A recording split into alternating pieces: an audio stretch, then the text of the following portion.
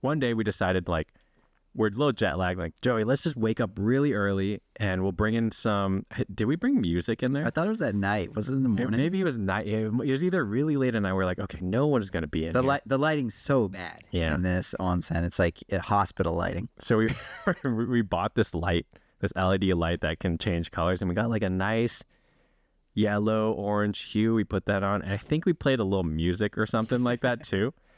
And we were like, maybe, I don't know, we're getting butt naked in the water, and this is maybe one of the first times we were there, and like we locked the door, but then we quickly, I think maybe a couple minutes later, this old guy opened the door, looked around like super, super confused. He'd probably been going to this onsen for at least 10 to 20 years, and he just sees these two foreigners with this little lamp that's orange. Mood music. And what did he say? He said something. He's just like, I don't remember. I don't remember. And then we're like, oh, let's go midnight.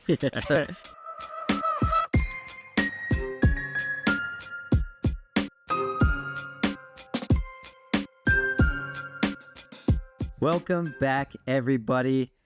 This is one of the most specialist episodes ever, episode 100.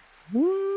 We have made it to an episode 100, Joey, of the Buying a House in Japan podcast. Did you say that already? No, I didn't. But everyone, if you're here listening to the Buying a House in Japan podcast, I'm your host, Joey, joined by the other host of this podcast, Take, and this is episode 100. We made it. Bow, bow, bow. We don't have the air horns on this current recording setup, but we are recording live from our house in Tokyo, Tama Base Camp. Joey, we made sure to be here for the 100th episode. We typically record separately. I am usually in California, and Joey's in Nova Scotia, Canada. So this, 100, it's a nice round number, but also when we started this podcast, Tage said that he read statistics somewhere that, 99% of podcasts never make it past episode 13. People start it, they try it, and they just can't, keep going. So not only is this, a nice round number, but it is evidence that, of the grind that we put in to continue this podcast. It's interesting, when we started this podcast, we really did not have expectations of people listening to it. It was more like, let's document the home purchasing process when we bought our first property in Beppu. Turns out we have a lot of listeners right now. I think we're probably getting at least maybe close to 1,000 people listening to each one of our episodes, which blows my mind still that we have maybe a couple fans out there. Which, by the way, if you have been a fan, you've been listening to our podcast, we are trying to make it to 100 likes on Spotify. So we're at 62, so pretty far away. But I'm talking to you, listener. If you've been listening to us and have not hit that like button, please do us a favor. We want to see if we can get close to 100 after this episode. Rate us 5 stars. Ring the bell icon. I don't know if Spotify has a bell icon, but you guys know what to do. Yeah.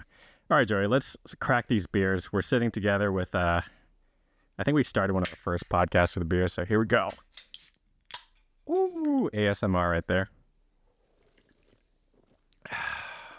Speaking of our first podcast, I think our first podcast was 8 steps to buying an Akiya in Japan. And we should listen. So we're going to do some driving on this trip. Oh, no. But we should listen to it maybe in the car while we're driving, just to know how cringy it is and see if we agree with our own advice way back then. 100 episodes ago. Good stuff. Joey's drinking this beer in Japan where it has like the tear off lid and you have to drink it really fast, but it's got like the draft beer foam. I got the Ebisu. So, all right, Joey, a lot to discuss today. A lot's been happening. All right, first thing on the docket of, once again, episode 100. And let's talk about what we did today, actually. Okay. Actually, before that, if you are a new listener here, this is your first episode, little bit of a quick intro. Joey and I, over the past 2 years, have jumped straight into the Japanese abandoned home space. As the title alludes, we have bought in not 1, but now 6 houses in Japan. All sorts of different messed up properties to cool properties. And I'm happy to say we are recording in our second property. Was this the second property? This was the second one. As Tage mentioned, some are complete teardowns, some were turnkey properties, and some were in between. We are crazy bastards that have bought all over Japan. Our first one down in Beppu, which is a hot spring town to where we're sitting today in our Tokyo house, which is in a city called Tama, about 40 minutes west of central Tokyo.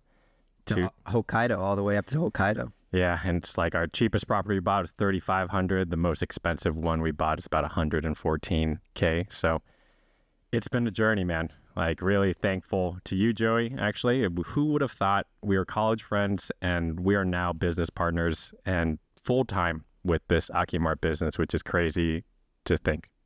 Thankful for you too. I feel like we went on like a trip together before we decided to dive into this, and I feel like, I don't know if it was words of wisdom or words of recklessness, but you were like, what's the worst that can happen? Like, you're like, worst case, we look back on this and it's like a funny story. Or when, this was before we had purchased our first home and knew anything about this. And we hadn't even talked to the intermediary that was helping us with. And we were trying to figure out if we were really going to do this. We had just both been laid off from our jobs. And I think, words of wisdom / recklessness, like looking back, are we going, no, it wasn't like, what's the worst that can happen? It was more like, let's say that it fails. Are we still going to have enjoyed this journey? Mm-hmm. And I think we were both wanted to spend more time in Japan going forward anyways. And this kind of gave us a reason to continue going back to Japan. And I think I was like, you know what? Yeah, I think even worst case scenario, we're still going to enjoy this adventure. If you were a listener and you're kind of in the same crossroads of just like, my advice to everyone is just do it, just try it out. Like, what's the worst again will happen. You have an idea for a startup. You have an idea for a podcast. Like, we kind of just threw caution to the wind on a lot of these things. I think a lot of people can get stuck in now's not the right time or, analysis paralysis. We're trying to get too many ducks aligned first. Yeah, I think we've really just been hair on fire, iterating, doing new things, building, and it never feels like there's a dull moment. I'd say we're always like spinning 10,000 plates, it feels like, but it's a lot more fun than working for someone else or working under someone. That's our journey. 6 properties in Japan at the moment. Sold 1 actually. Right now it's 5. We also run the Akimart website. So if you Google the word Akia, I'm sure we're going to rank in the search results there. Check it out. You can browse properties, and we can also help you buy. We work with like 5 or 6 different agents in Japan right now, all licensed, that we can help put this property in your name. Yeah, end of the day too, we want to just emphasize we're 2 regular dudes. I'd say we're kind of like tech bros in our mid-30s, frustrated that we couldn't buy anything in the US, and came and looked at Japan, and there's just such a big opportunity here that there's also a lot of opportunity because there's a lot of friction. But this has been so much fun, being able to play with different things here, do kind of just things you couldn't do in the US. So, all right, Joey, that's enough about us. What did we do today in Tokyo? So Taka and I, we went to go look at a laundromat for sale today.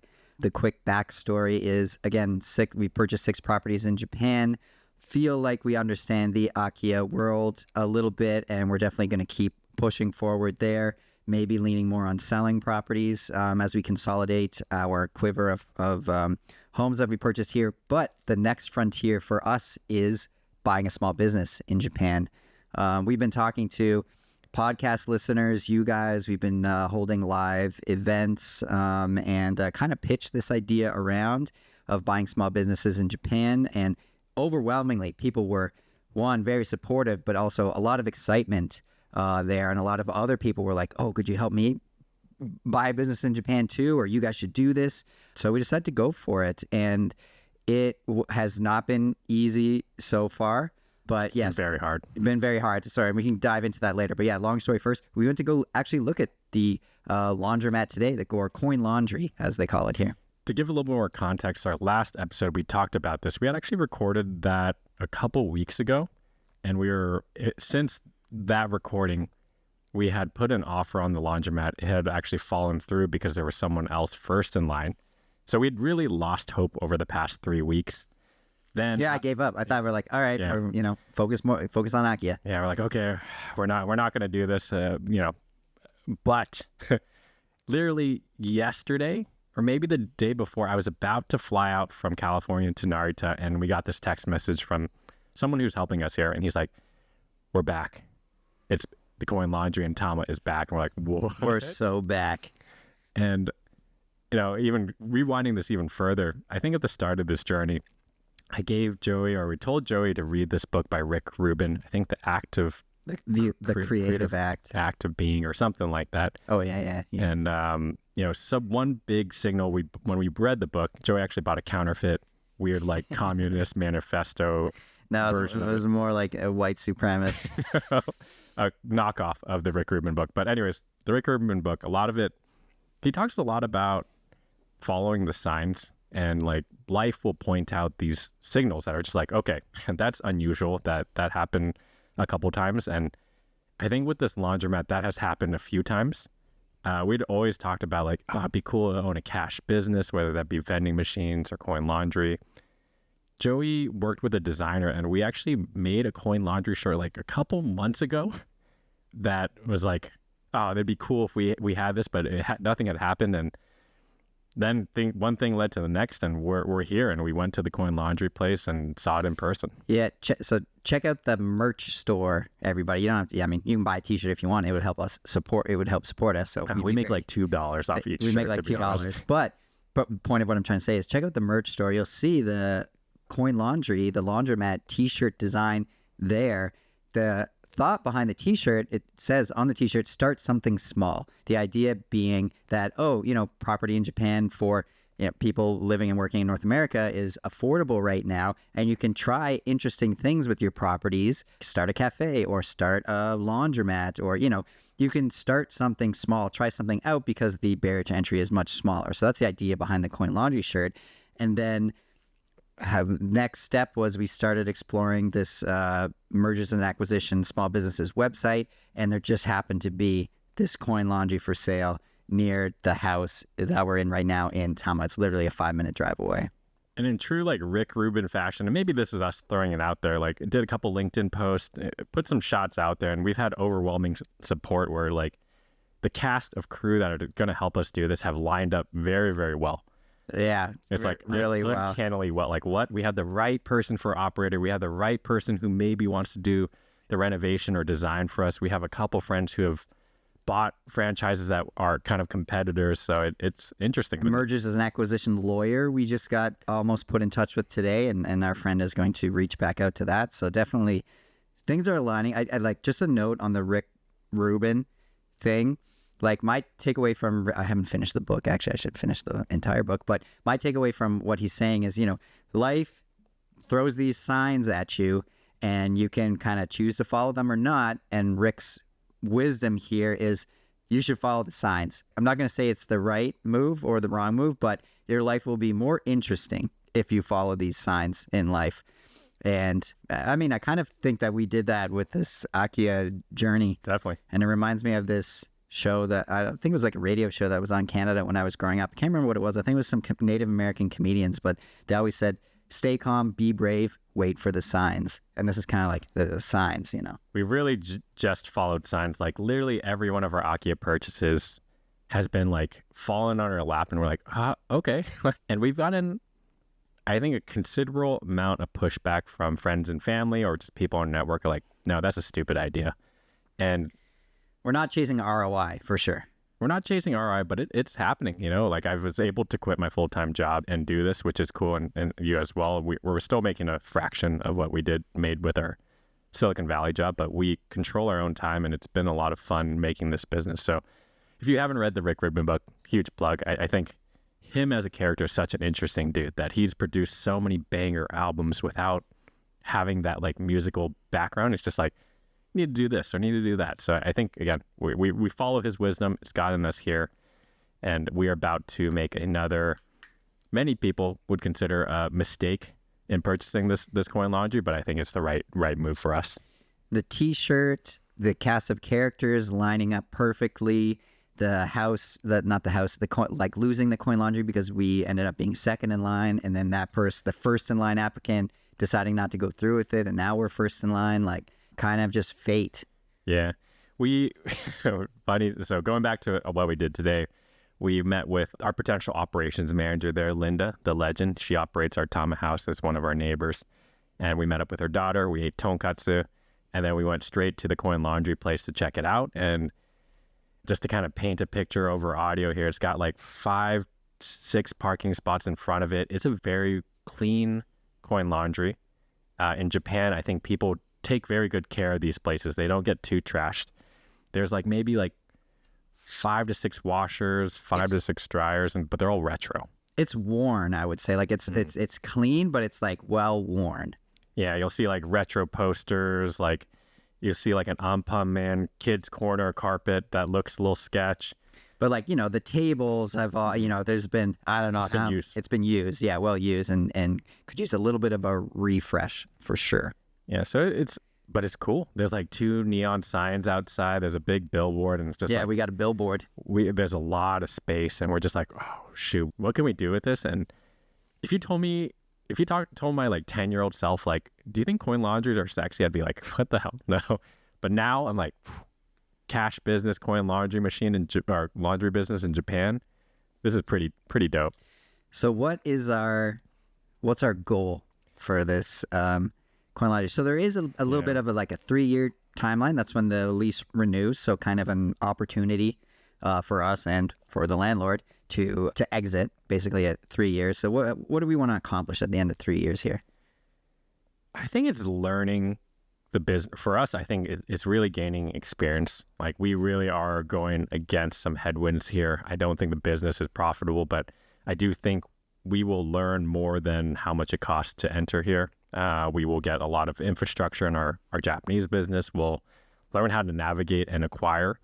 I think that's probably the biggest thing. Like, how do we acquire a business as foreigners is probably the biggest takeaway I think we hope to get. And how can we maybe help others is another secondary. As you were speaking, I was just thinking about walking around the coin laundry today, and we're going to be collecting a lot of 100 dama, like 100 yen coins. Like there was no, like you can't pay with credit card anywhere. This is an actual cash business, like true in the cash sense. If you've been to Japan, they're very, very much on a coin and cash kind of paper currency payment method still. There is the introduction of like Suica or Pasmo, which is like a tap card, and Apple Pay is coming, but still very much for like a first world country, I think very currency based. This coin laundry business is all cash. We're obviously going to report 100% of our profits 100% to the government, but I am curious, like in the world, let's just take America for a second. In the world of cash businesses in America, let's say laundromats, vending machines, etc., like what on average in those industries, how much is reported to the government and how much fraction. is like about 50%? I don't know. It seems like all the really, really dank restaurants always are like cash businesses. Cash. And you're like, oh shit, I got to get cash for that burrito or something. But I wonder if there's a stat out there. I would bet you it's like 60 to 70% is reported, if that. Yeah. Like my barber, only cash business. Like how much of that? I think another goal, for this business, so the business isn't so hot, I would say. We got a tiny look at the financials, but it was just kind of like a really crappy spreadsheet that the owner sent over to us. So not very well organized, but it looks like they're operating at making about 1 million yen profit per year. Now, 1 million yen is like $6,000 USD. This is not a lot of money. Woof. Yeah. Purchase price is around $30,000. And there's going to be maybe another 10, 20K, I would 15, 20K in closing costs to get this business. But I think a goal that we should have is triple profit by the end of 3 years. Just throwing a dart at the board. Why not quadruple? Triple profit every year is what I meant. Triple profit every year. Okay, we're really like talking out of our ass right here. I know that's possible. Let's say 1 year triple profit. I mean, that's a good early goal here. Good early goal. Shoot for the star. Shoot for the moon. So even if 1 million yen a year, and so let's say we triple profit. That's 3 million yen a year. That's like $20,000. $20,000. Okay. I mean, again, I like to pitch this. We are customer zero. We're doing this for all you listeners who want to gain from the experience. Maybe we start a Kickstarter or something like. Yeah, you get your name up on the wall or something like that, or your photo. You get a Polaroid photo. I think, yeah, something like that. I don't know how many people are really going to come out to Tama again. It's a trek from central Tokyo, but we have a lot of fun ideas for the property or for the business. But I think we've gotten advice. Shout out to a couple folks who reached out and given us advice on this. But we're going to keep the business just like as is. We thought about doing like the day one of buying a cash business in Japan, but I think we're just going to keep it, just acquire it and let it run for a little bit. Yeah, we gotta figure out cool ways to triple profit. One of our goals of going today was also to understand like the demographics. So the demographic of Tama City is considered like a bed town, which is considered in Japan as a commuter town. So a lot of folks are coming into central Tokyo. The trains are super crowded, but with that, people still need laundry, and Tama's comprised of a lot of big apartment buildings where you don't have a laundry machine in your building. Yeah, and again, so we asked a bunch of questions to the previous owner. Very brief responses, not a lot of elaboration there, but we did ask like, hey, who are the, what's your customer demographic look like? And he said he thinks, and not giving us straight answers here, but single men and housewives. And lo and behold, we walked in today. There are 2 single men just waiting for the laundry. Yep. Good to see that at 2 p.m. in the afternoon, there was still traffic. It's on a main road with parking spots. So I don't know. We went in with Linda and we're just like, Linda, how you feeling about this? She's like, yep, there's a lot of opportunity here. I think we all smelled like this is going to be fun. Mm-hmm. I was a little bit nervous when we had lunch. We were like, if Linda's not in, we can't be in. But shout out to Linda. She's operations. We need someone on the ground operations. Joy, what are the operations like? What do you expect that needs to be done to keep this business going? Yep. Another question I asked of the current owner is, how much work are you putting in day to day? And he said, I don't show up. Or he says, I only go there like every other day. I'll sweep the floors and I'll check the detergent levels. That's about it. You could probably pay someone to do this for 2 man or 20,000 yen a month. Which is incredibly cheap. That must be under the table or something. It's like $160 a month. Yeah, unreasonably cheap, but also it's low maintenance. And again, for people who have now been to Japan, like the greatest thing is that people really are clean and take care of stuff.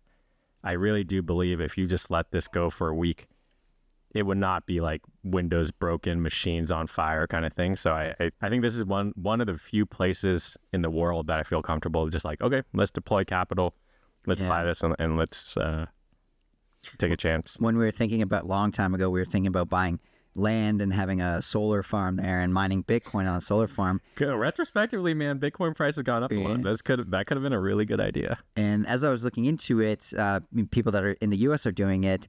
One of the big issues that you need to deal with is security, because people will come in and steal whatever they can, especially if this is an unmanned operation. And so we thought, Japan, we don't have to worry about that because very unlikely someone is going to come and vandalize or try to steal stuff. So again, to what Taki is saying, like I think this is a business that I don't feel too worried about security at all. Yeah, and it's great to see that it is operational right now. So we'd be inheriting basically a car that's already running. Car. I mean, it's an analogy here. I guess it's still running.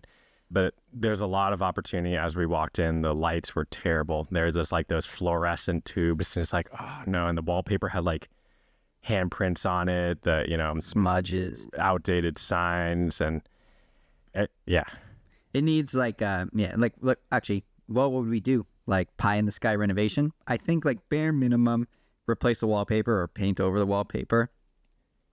Deep clean. It was very clean, but as soon as you start looking between the nooks and crannies between machines or on top of machines, like there is a lot of kind of caked on dust that I would just get a shop vac and vacuum that out.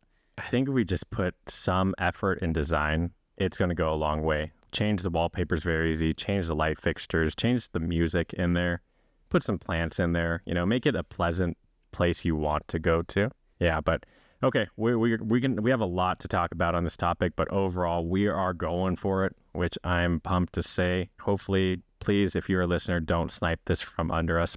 It is no, actually, we're too far in, I think. Yeah. So just to reiterate, we're first in line now, but we were second in line and we had given up. Japan's interesting. This is the second time we tried to outbid somebody. So actually on this Tama house, we were second in line a long time ago. And we're like, no, we like this is that, because we had been looking for a while. We tried to outbid, and the real estate agent was like, no, that's not how it works in Japan. You got to wait your turn. Like, I'm not even going to send your offer to the seller.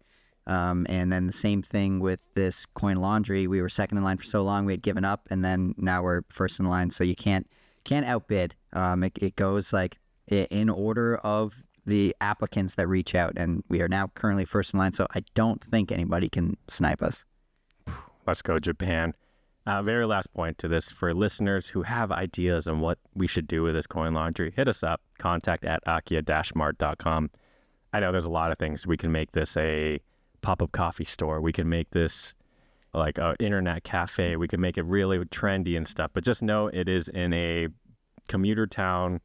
Average demographics are probably like 40-year-old male and female, some single males, some housewives doing laundry. It's not in like a hustling and bustling place, but a lot of opportunity, a lot of creative fun, I think, with like designs and stuff that we can do.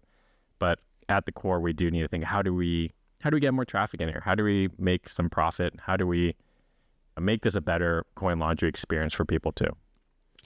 Okay, moving on to our final segment here, retrospective.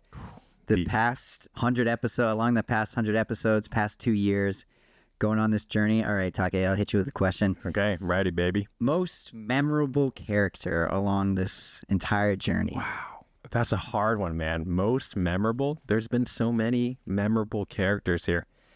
We've had some on the podcast. I would say, give me a second here. Most memorable.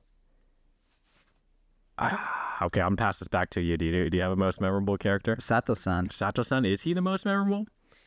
Sato-san. Okay. Who is Sato-san?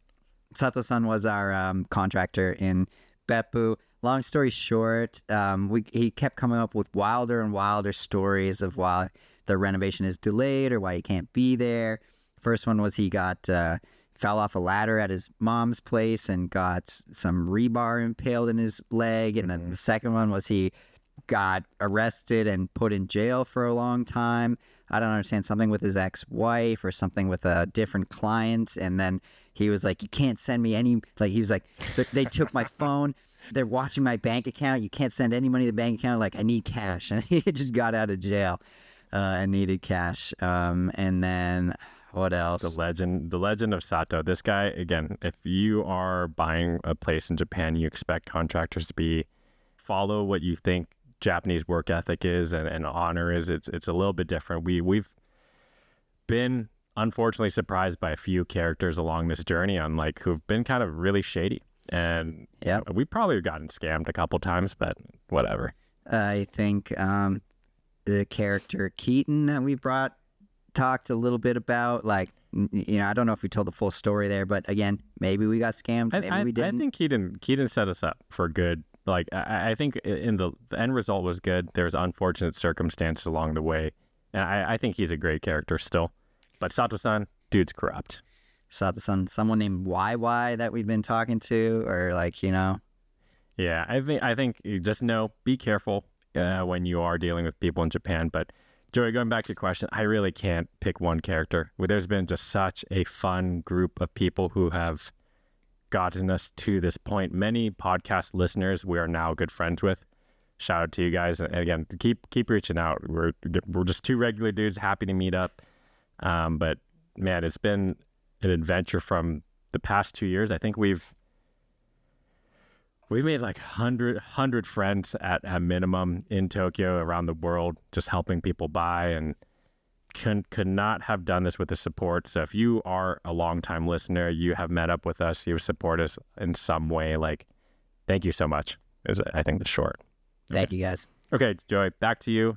Top story or top memorable moment or story of these past 2 years since starting this whole business. Wait, I want to. You actually mentioned this story early today, but so I'm going to say the. Damn, are you taking that one? No. I'm going to let you tell the story, but I am going to. I'll say the story, which is the Jisoji Onsen when we turned the lights off. But I'll let you tell the story. Okay. So set in the scene, we bought our first Akiya in a city called Beppu, which is a big onsen town, hot spring town. I think our first week there, we got there. We found out there's like this local onsen which only residents can use. So we're like, oh, okay, sweet. Through one, I don't know, we talked to a couple neighbors. We eventually got access to it. And then we got in there. It does not look pretty. If maybe you've seen some videos, it looks like literally just like a concrete box with fluorescent lights. And we're like, this is not the vibe we're going for. So one day we decided like, we're a little jet lagged. Like, Joey, let's just wake up really early and we'll bring in some. Did we bring music in there? I thought it was at night. Was it in the morning? Maybe it was night. It was either really late at night. We're like, okay, no one is going to be in here. The lighting's so bad in this onsen. It's like hospital lighting. So we bought this light, this LED light that can change colors, and we got like a nice yellow, orange hue. We put that on, and I think we played a little music or something like that too. And we were like, maybe, I don't know, we're getting butt naked in the water. And this is maybe one of the first times we were there. And like, we locked the door. But then we quickly, I think maybe a couple minutes later, this old guy opened the door, looked around like super, super confused. He'd probably been going to this onsen for at least 10 to 20 years. And he just sees these two foreigners with this little lamp that's orange. Mood music. And what did he say? He said something. He's just like, I don't remember. I don't remember. And then we're like, oh, let's go midnasai. And we turned on I think we went back to the fluorescent blue light. Unfortunately, Japanese people, they don't question the lighting, I feel like. It's both like you go to like a well-designed Japanese ryokan or hotel or onsen, and it's like, you know, it's well-designed. The lighting is nice. The ambiance is nice. But then at the same time, you look at Japanese office buildings and like the lighting is so harsh. They do it on purpose in the Japanese office building. Yeah, or like, but like I think in the Jisoji Onsen, they just didn't know. They weren't thinking. Yeah, they didn't know, or it was like cost saving, like all that kind of rolled into one. And so I think but I don't think anyone kind of really questions it. And so this guy walks in and it's like different light. Like maybe he thought no one was there, but then he's like, wait, there is some lighting. Wait, there's people in here. Who are these gay boys? Yeah, there's music. Okay, Joey. Yeah, I think that was a top memory for me. I think it's distinctly remember that like awkward moment, but toughest moment, like lowest moment. Okay, passing to you. Lowest moment, Joey. Lowest moment was I've mentioned this a few times before. I think it was when I thought we made a big mistake. It was like, again, a lot of these memories come from the Beppu house. Interesting. I think it was when we bought the Beppu house and we went to go check it out for the first time, and we had been driving for, I don't know, 9-hour day or something. And what route did we take actually? We took the longest route. Whatever it was like the longest road. We drove for so long. Oh, we drove through Ehime, and then we got on a ferry like in the evening. That was brutal. It arrived in Oita City 11 p.m. We get to Beppu at midnight, and we're like, no, let's go see the house first. Like we were going to go to the hotel, but no, let's see the house first. So, long day driving. We get to the Beppu house. It's nighttime. We don't even know what I guess we just assumed the electricity was on. We had no idea. We took the worst road. Like it was the smallest road where it's like a hairpin turn with our van. That was like, what are we getting into? We get to the house. It's hard to park there. We didn't really know how to park yet. And the yard had a bunch of garbage everywhere. Get the keys out somehow and like open the door. Difficult. And we get in there. The lights do work, but it's like flickering, like haunted flicker. Yeah, haunted house. So kind of smelled musty and dusty and dark and cramped. And we walked around the house and everything was kind of dark and not a good feeling. And I just remember thinking like, oh man, like what did we made a mistake. Like we made a big mistake. And I think being tired played a lot into it. And we kind of walked around the house, and I don't remember if we were like pointing out negative things or interesting things. I don't even remember what we were doing, but I just remember going back to the hotel afterwards And like, I think we just went to bed. Like, I don't even think we talked about it much. We were just like in our own thoughts. And I remember the next morning I just woke up and I was like, all right, we got to make a plan. Like the only way for like to get out of this hole we've dug for ourselves is like, okay, first thing, we got to make sure there's no bed bugs in the tatami mats. And like, damn, that might be my low, actually. I think it was the day after we were like, okay, we're going to challenge and we're going to sleep in this house right now. It had been abandoned for, I think, 7 months or 8 months. So not too bad. But we like bought the futon. We're like, okay, let's check it out. And I think I just was like tripping out all night that there were these dani, which are these, what's the translation of dani? Like a bed bug kind of thing that lives in tatami. Like some kind of like flea type of thing. Flea, yeah. I either got bit up or I had an allergic reaction. I was like, oh my gosh, and like couldn't sleep. And I think we slept in the same room because we thought it was clean. Oh, it was the tatami. Did we sleep on the old tatami? We bought the Dani Kira that was a bad idea too. So it's like a do-it-yourself fumigation, which is like kind of sketchy. And then I think we did it in that room, and for some reason we thought that room was the safest. Oh, because we didn't sleep in that, because we almost fell through the floor. Oh, yeah. Okay, this has been a fun adventure. I think also, though, as we help people buy, shout out, we can help you buy an Akiya or any property in Japan for any price, any location with our program called Akimart Direct. But anyways, as we help people, like everyone has the same adventure. So I think it is so memorable, though. I think if we had it easier, it would have been like, oh, this is too easy. Like I think every property we bought, we've had some kind of like, oh shit, it's really hot in here, or like, oh shit, like something's wrong. And I think that's just part of life and part of this whole adventure of doing new things. Yeah. There's going to be highs, there's going to be lows. And I do think like your first property is probably going to be a B grade property. You know, maybe you get lucky, you'll get an A. But I do think like that's part of the adventure, is buying the B grade property, figuring it out, and then, you know, learning from your mistakes. And, you know, if you want to sell it and buy a different one later, like, you know, you'd have gained so much experience from that. All right, Joey, next question. Highlight of the past 2 years after building this business, buying all these Akiyas, traveling all over Japan. I think we've traveled up and down Japan more than anyone I know in the span of these 2 years.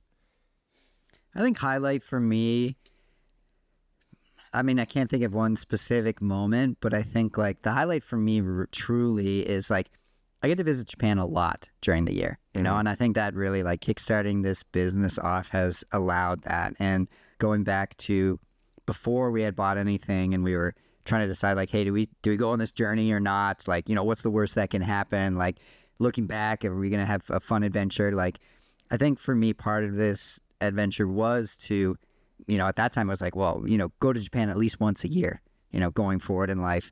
And now I'm coming much more frequently. And I think that really is the highlight for me, like having a reason to come back here and being able to do that. Mm-hmm.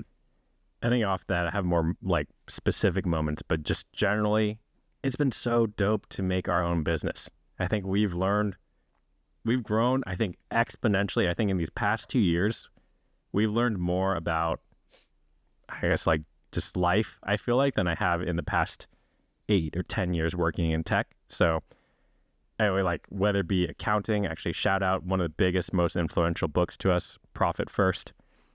We read this. It really gave us a good idea of accounting, but we learned so much about accounting. Joey's been building the site from scratch. We learned about marketing.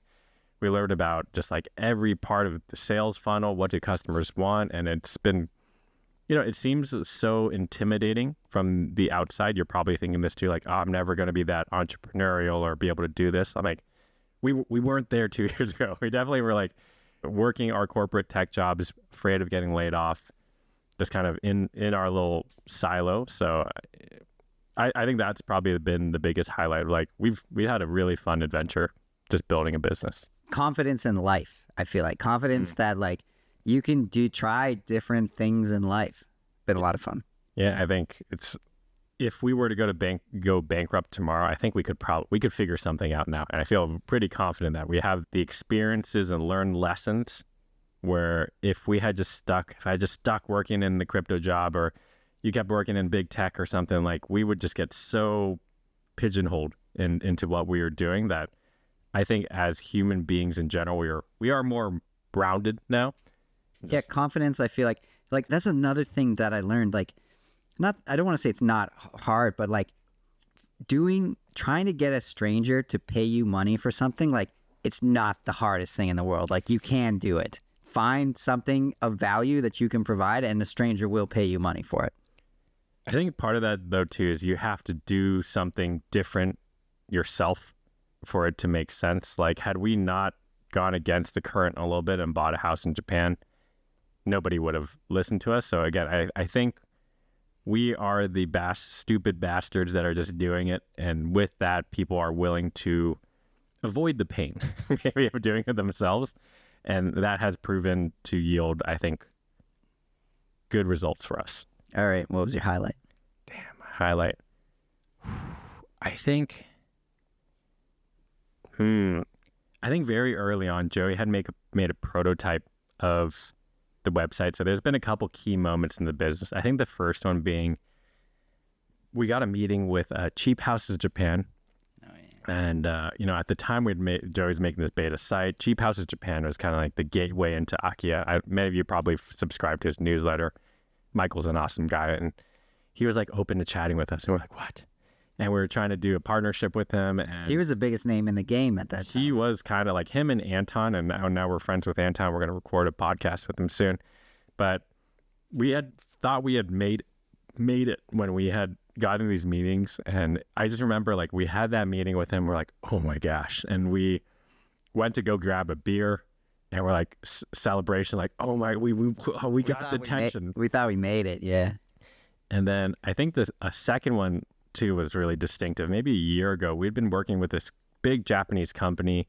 They'd shown us a lot of interest, and like we were just driving, I think, to Shikoku, and then all of a sudden, like, hey, do you have time to chat? We'd like to invest in your company. And at the time, we like really did not think about VC funding or anything. We pulled over to the side of the road, and the guy's like, hey, our company is very, very interested in investing a lot of money in you. And we're like, what? And I remember, although we didn't actually end up taking that investment, we were just like, we're pulled over off a cold meeting. We're like, oh my gosh, people are interested and think we're doing something good. They want to throw money at us. Yeah. So I'd say those are our highlights, where it was like humbling moments where I thought we were just like a small website, but we're slowly getting recognition from some of the big players, or the big players we thought at the time. Were some of like the most exciting moments, I think, for myself personally. All right, I thought another one. All right, go for it. I think we talked about it on the, or we recorded a podcast from there, but we basically stayed at a Shining style hotel on this island, Yakushima. I can't remember the name of the hotel, Iwasaki or something along those names. But we show up. It was off season. I guess off season in Yakushima's February. We go there. And we were like the only people staying in this hotel. It's like maybe like a 200, 300 bedroom hotel. Maybe there was one other person. We went for a night walk once, and we looked at the back of the hotel, and I think there was one other room with right lights next to on. us, too. And it was right next to us. Yeah. Anyways, we're staying at this hotel, and it's just this really big hotel, and it's just us. And the shining part of it is that it was fully staffed. Like there was way too many staff for just me and Take. And specifically, like in the dining hall, again, so many tables, and it's just us, but there's like 8 staff members like ready to, if you want to order something, they're all in a line at the like far back, just waiting for us. You're just standing there watching us, like you look at them, and like one of them comes over right away. And it was just like this really surreal experience. But I actually really liked that. And in fact, I was like, February, we got to go back, because that was kind of fun. We're doing our next company offsite, I think, in Yakushima. Yakushima's been so cool. All right, Joey, final segment actually of the podcast of our 100th episode. We've made it to 100 episodes here. I believe we will make it to 200. What kind of themes, what would you like to see in these next episodes, or what direction do you think we're going to go over the course of the next, I guess we're doing a podcast episode a week, so what is that, like almost 2 years, a year and a half or so? Yeah, we still have a lot of Akiyas and properties. We have, we've purchased 6, we sold 1, we still have 5 more to come. So definitely more insight about buying homes in Japan, of course. We'll continue down that path. But I think the coin laundry will be mixed in here in our content because obviously that is new and exciting for us, and we'll likely be sharing our journey. Yeah. On my side, I think it's crazy. We started our AccuMart Direct program about a year ago, literally in this room. We were literally whiteboarding, like, how do we help people? And it's been a really fun journey of like, we're following what the customers want. But I think specifically on the purchasing process, we're really, really starting to dissect the pieces and be like, why is it like this? And so I think we've gone from beginners in helping people purchase to closer to intermediate, and we're bringing a different lens on like, can we automate this? Can we make that contract template or something like that? So I'm personally very interested in taking deep dives on certain topics and why they are as they are, and trying to innovate there. If you are currently in our AccuMart Direct process, thank you for being a guinea pig. We are learning a lot. We're close to 100 transactions at this point from helping people all over the world. And I'm really excited on helping people buy. I think every person we've helped buy has been such a cool person. We're building a pretty cool community. So hoping to have more people on here that are relatable to you. But yeah, on Joey's, we're also very interested in the business purchasing side. Oh, okay, man. It's been a good journey, I think, overall. 100th episode, we were talking about this a little bit. We just came back from the golf range, where we really got to work on the swing. I'm a little sore, but a lot of pressure. Like, this is 100th episode. We had been building up hype here. We have a lot of cool things lined up. But one of the weaknesses we have acknowledged is we're not good at marketing, maybe being on camera as much. We are taking the leap. We have 2 cases in front of us of camera gear. We're going for the video podcast. So if you're listening on podcast, on Spotify or Apple Podcasts, we will start converting to video format. We do recognize, although I hate Instagram personally, we need to be doing short form reels to really get the maximum reach here. So we expect some video podcasts coming soon. We have, I think, a beast mode roster of episodes coming up on this trip. We're at the beginning of our Tokyo trip, but a lot to be excited about. A lot of fun collaborations overall. New t-shirt design coming too. I'm looking at it. It's on our camera sick, cases. Man. Probably sometime, I don't know, Q4 maybe. We'll release a new t-shirt design as well. Yeah. And then on this trip, we release podcast episodes weekly, but sometimes we record all at once. There's going to be a lot recorded on this Japan trip. What do we have on the itinerary, Joey? We've got bunch of Tokyo related administrative stuff we're doing this week. We're taking a trip up to our Myoko property or nearby. Mm-hmm. We're checking out a guy up there who does these tiny homes, and we're looking at maybe dropping a tiny home or 2 on the property. He also does saunas as well, so that could be really cool. We're checking out one of his showroom kind of properties, spending a night there and meeting him. He's a great guy. Maybe we have him on the podcast sometime too. Yeah, what do we got? Then we're going down. We're doing a photo shoot. Yeah, we're going down to Atami. We're doing a big website redesign. And if you have any feedback on our website, please hit us up. Joey's the one-man army, but we're trying to do our best to make the website experience the best. But with that, we have recruited a couple of our friends to be models for some hero images, some pictures around the website. So just know we're not using AI images. I know that's getting so tiring seeing at this point. We're actually just going to try to get our friends to pose for a lot of these photos and have it be consistent and high quality across the website. So Atami for a couple days. And then we're heading to Tokushima we're checking out a surf house and doing some surfing down the Nankai coast. Nankai, for everybody, that's like the South Sea, but there's the Nankai Trough, which is like, they think it's going to be a big earthquake someday. Well, give me the stat. What did you see? I don't know if it's because I was talking about it my phone was listening, but like some Google recommends articles sometimes, and it was talking about the Nankai Trough, and it said, new Japanese research team declares 80% likelihood of like a massive Nankai earthquake in the next 30 years. So I don't know if it's a real headline or just the algorithm recommended it. But anyways, along that whole kind of Kochi, Shikoku kind of coast there, they're expecting a big earthquake and related tsunami. I guess 80% likelihood in the next 30 years.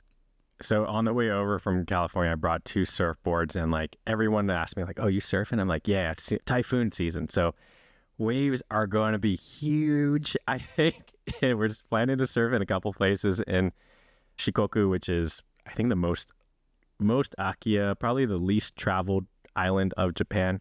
But the current forecast is 15 to 18 foot waves. Yeah, I will not be surfing after huge. Just the shoulder, bro. just the shoulder.